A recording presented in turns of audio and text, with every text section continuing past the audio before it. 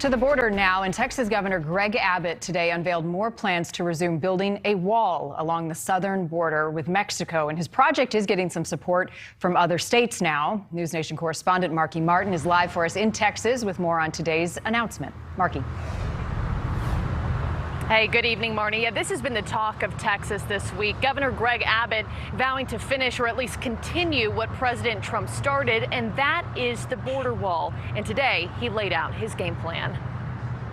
Laying out his vision for a Texas-Mexico border wall, Governor Greg Abbott announcing the project is already underway, with state agencies seeking out state land and private landowners willing to lend their own. Is that the combination of state land as well as volunteer land will yield hundreds of miles to build a border wall in Texas. Wednesday's highly anticipated announcement coming after repeated proposals from the governor to beef up border security. Not only a wall, but also arrests and jail time for migrants illegally crossing over. It's so bad down there that the Texas governor is going to take something that should be the responsibility of the United States and pay for it himself. Abbott's efforts garnering support. So today, we're here to announce that the state of Florida is answering the call.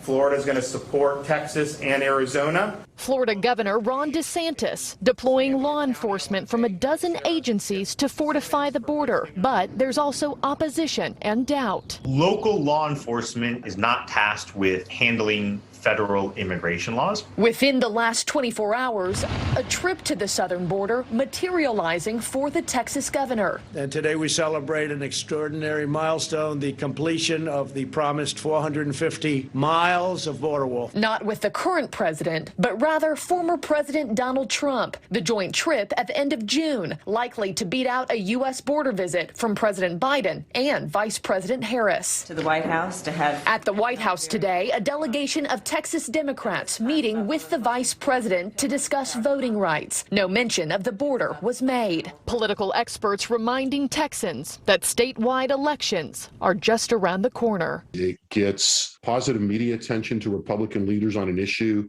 that's important to leaders, and it also allows them an opportunity to fundamentally criticize Democrats in an area that they have underperformed on.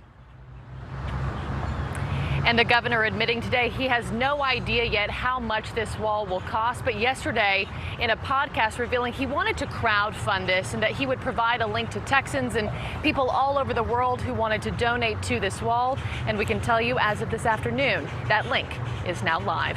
Rob. Marky Martin, thank you very much.